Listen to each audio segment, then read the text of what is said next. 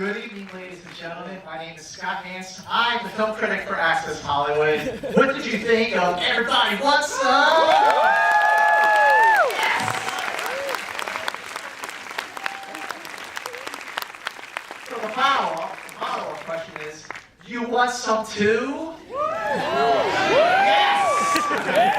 So without further ado, please welcome the incredibly talented cast of Everybody Wants Some. Dwight Palmer, Glenn Powell,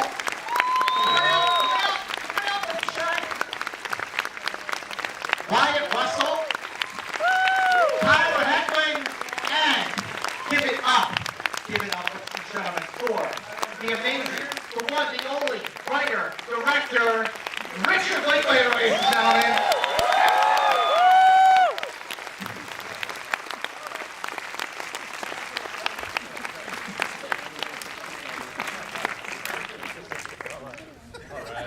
So you all love the film. I love the film. This is the third time I have seen this movie, and I have to say, you know, you love the film too, right? Excellent. Standing up in the back there. Okay, first question is for Richard Linklater to follow up Dazed and Confused, which came out in 1993, a spiritual sequel of sorts. Where did this idea come from, and why did it take more than 20 years? Yeah, why did something that takes 4 years in the future take 22 years to do? I don't know. It's hard to say. I think I started thinking about this, I think it was 2002. I started thinking, oh, I've got a college film. What the hell is that, you know? I was just thinking about those years, and I immediately thought of it, you know, as the sequel to Days, but even by that point, the cast was too old. You know, I started thinking that is, when I said, I think we invented a genre here, spiritual sequel. People are like, what the hell is that? And I'm like, well, that was my high school, this is my college. If you think of it like Mitch in Days, there's that scene where he throws, like he's pitching in a pony league game. 4 years later, if he kept playing and was good enough to get a college scholarship, this is when he would go off. So that was my connected point. But Wiley Wiggins, who played Mitch, is like 38 years old now, so that wouldn't work. And so, but for me, that was the connection there. But you know, the older you get, the time, even though when we did Days, it was like 16 years in the past, the gap between 92 and 76. Now it's like 34 years or so, but it didn't feel much different, you know. Well, I gotta say, you know, what is it about this film? Okay, so it takes place in 1980, but there's a timelessness to it. You know, going down, start with you, Tyler. What do you think that makes it easy for anyone to relate to this movie, regardless of the year that it takes place in? What's so special about the story and the vibe? I think the thing that Rick said at the beginning when we first went out there was kind of really helped all of us, was the more things change, the more they stay the same. So I think that idea that, you know, going off to school and meeting a bunch of new people for the first time and, you know, losing all the parental guidance and everything and just kind of having that ultimate freedom for the first time, that experience doesn't change, like, you know, the music's different and things like that, but that experience and like getting to know yourself and find out who you are and where you fit in, that's kind of a constant, so. How about you, Glenn? What do you think? Oh, what time? Yeah, sorry. I was like sad Afflecking it there for a second. I really love the movie. Yeah, it's a movie about freedom. And I think that's what Rick talked about from the get-go, is it's what you do with that freedom. You said Dazed was about conformity and confinement. And this was, Celebration and rebellion against kind of that oppression. Yeah, so yeah, obviously we have a really good time with our freedom. I think that's what it's about, and hopefully you guys did too. Yeah. Blake, I mean, did you guys each audition for your specific character, or how did that work? No, that was. Okay, this worked. No, that was kind of. Okay, we thought. No, that was kind of the cool thing, is that, you know, Rick let us have a hand in like kind of like zeroing in on who we related to the most. You know, we kind of went in, chose like 3 characters I think at first, and you know, kind of came back, had 2 characters, and then eventually we all went in for our own character. How did you decide who was going to play who by that point? Loaded question. It's tough because, you know, you kind of usually know it when you see it, like, oh, there'd be a perfect, you know, fill in the blank for the character. But it's really careful, you know, it's such an important thing. And I think in the script, probably 6 of the parts were pretty clearly written, and the other 6 were probably not that big of parts. So I knew it would change a lot. It was really casting someone who had a great sense of humor, who could really bring a unique individuality to a character, and that in this kind of multi-week workshop environment, that a lot of that came up. We were switching around lines, coming up with a lot of new comedic bits that were happening right in front of us, and doing that. But it's a big decision. I remember just really thinking. I mean, Beverly and Jake is a big deal. So I had Cass Blake before that, so he read with a number of Beverlys just to feel that out, and then also had a call back with you two guys. I knew between Finn and Jake that was an important thing. So I remember we did the punk club scene just to see what you guys would kind of do with it. So, but yeah, well, it's instinctual. Let's talk about the workshop. The workshopping. I mean, you guys. I mean, why? Tell me about the 3 weeks that you spent together at his place. Yeah, we were invited to Rick's farm and ranch. Which is in Austin, right? Yeah, outside of Austin, in Bastrop, Texas. And we were put up in the bunkhouse, and it was very, looking back on it, you kind of remember the best of, but at the beginning, it was a structured, creative environment. It was dance rehearsal at 8. It was baseball practice at 11. Then we went back and we would work on the script. We'd read through it, and I think it was around like day 3 or 4 where people started to really realize that Rick really wanted us to bring ourselves to it in a real way. He sent us a letter saying that you guys are. It's the greatest letter I've ever got in my life, and I think every actor should. Every employee of any boss should ever get this letter. But he really made you feel like you were going to be a part of the process, and that if you didn't, step up or bring your full competence to the process, then you're going to be left behind, or you're not going to be adding to it in a way that maybe he would want you to be. And so we all started kind of piping up, and it would be like, oh yeah, that's a great idea, or what if he said that, or what if, and it started to become this like round table of pure, the purest I've ever experienced, sharing and collaborativeness, if that's a word. And it really was, everything was a reaction towards somebody else being great. And so when somebody else did something awesome, you were like, God, that's amazing, that was so great, and you serviced, everybody was, just servicing the story in that way, and it was like summer camp. It truly was summer camp for young adults, Yeah, it was kind of an ongoing rewriting process. That last 3 weeks, I'm kind of dialing in. I've had this script for 10 years or whatever. I have these ideas, but I don't really care so much about that if it's not working.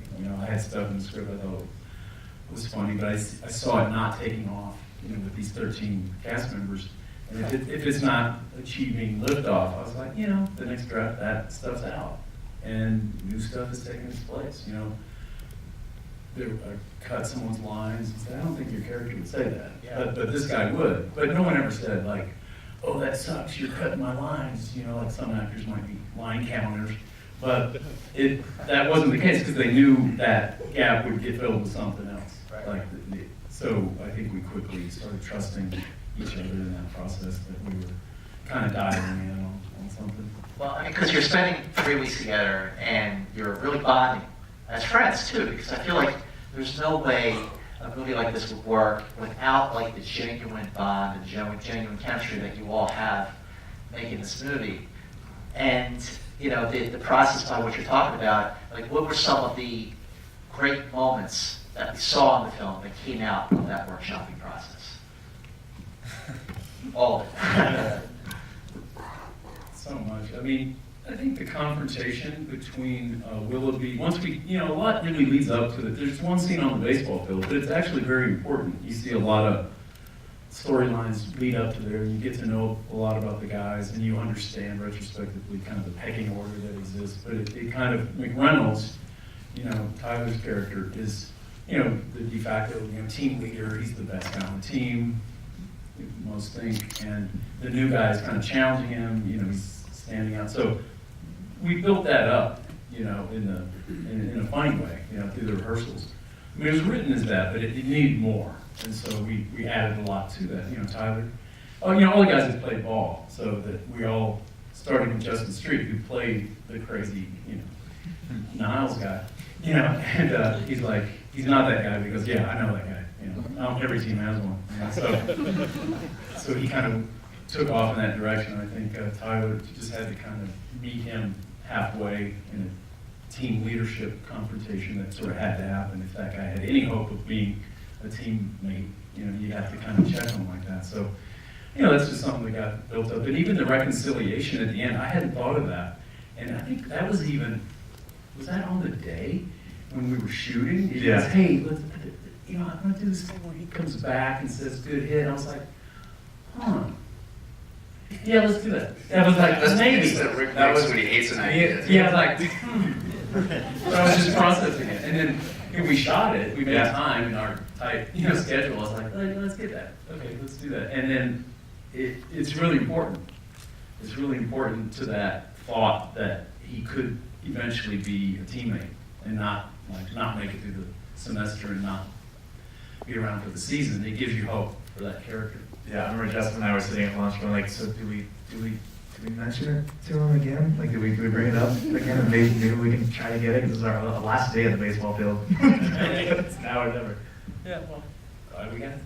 I've done this too long to not know, you know, like a good idea when it comes my way. All right. Rick also, that little bit where during the whole sex montage, Rick came up with that Astros line that I say at the end of the montage while that naked girl was on top of me. We're like improvising about the Astros. I'm like, oh, who went to the series that year? And this naked girl's just sitting there. She's like, I was looking at over her, yeah. Which I'm used to.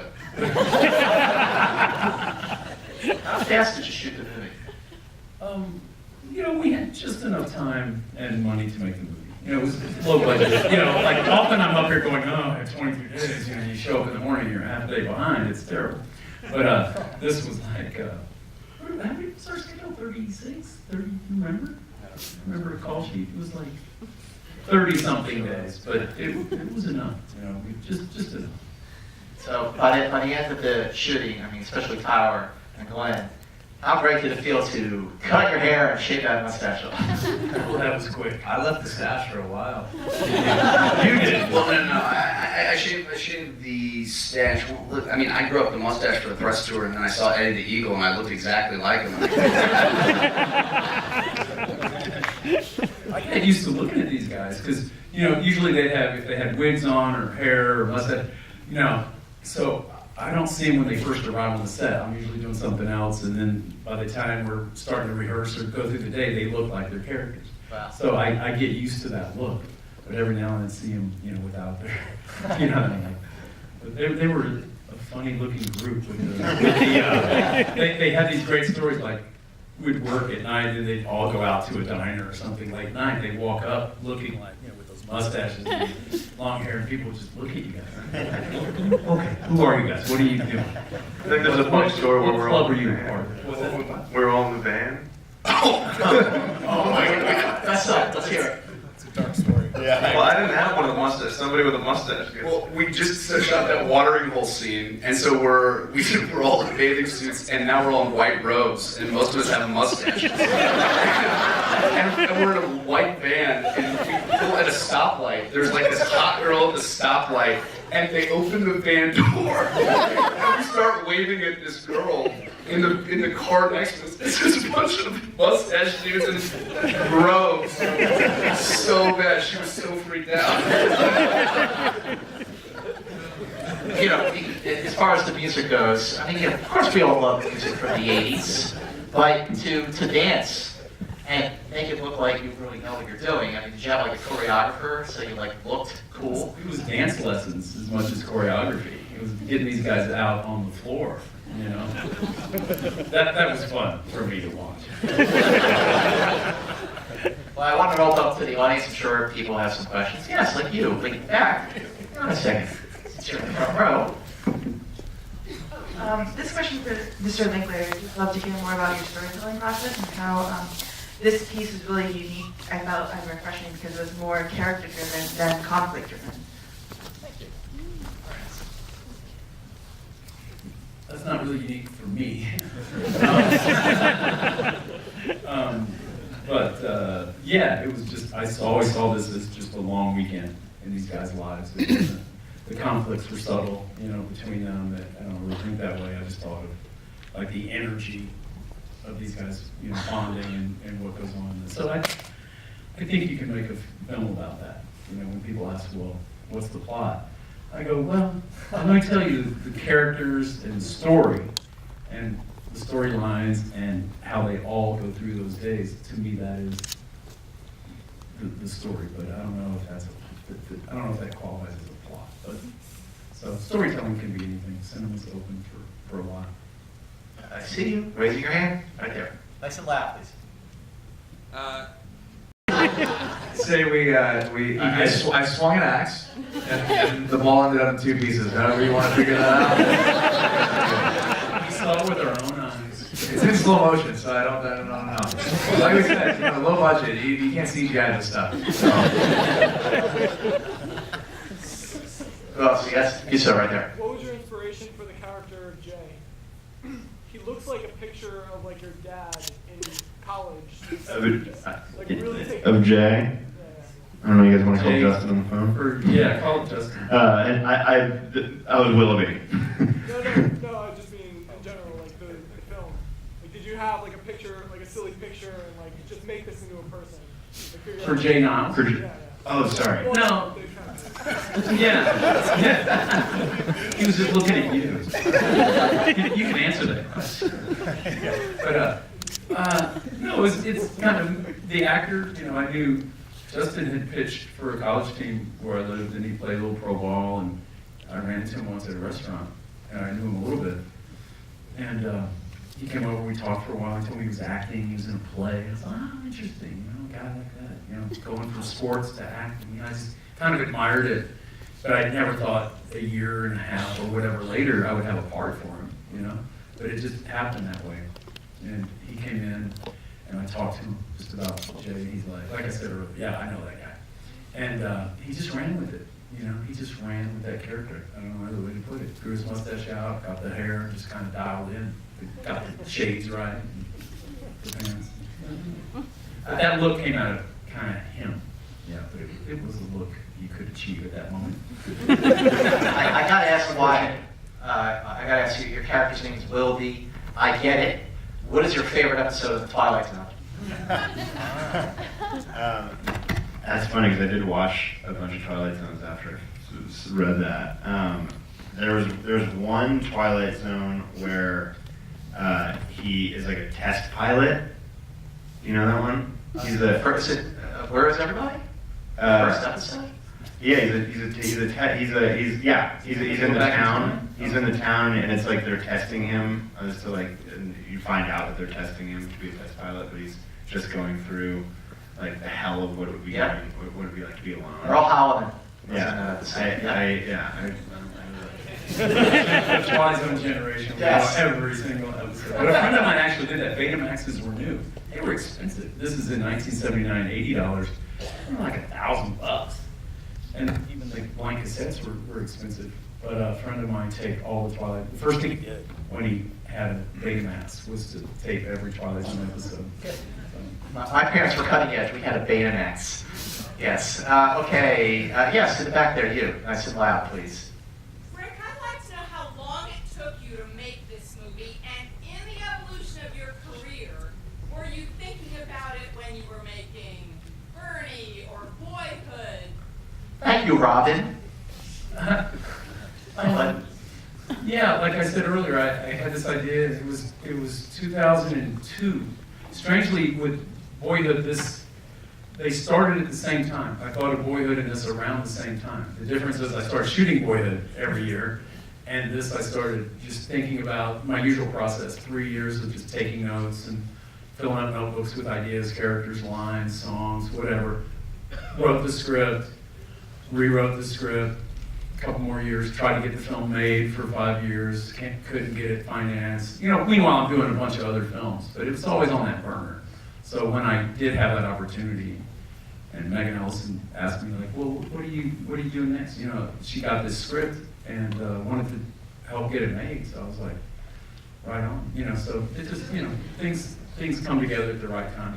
But it's strangely a companion to Boyhood. You know, kind of, they start at the same time and they follow each other. And this is strangely kind of a continuation of Boyhood. I mean, a completely different guy, but it begins where that film ends. You know, so in my own mind, it felt like the next film. It's certainly a film I wanted to do next. My 2 previous films have been very intimate, let's say. So I was really ready to make just a blowout party, youthful ensemble. I was so ready to make this movie. Well, last question's right here from this guy. So you had a trilogy with the Before series. You did Days of Confused. You did Everybody Wants Some. Can we expect a trilogy from this series? And what would the third movie, what year would it take place in this year? I don't know. Well, I think it'd have to be 1984. Okay.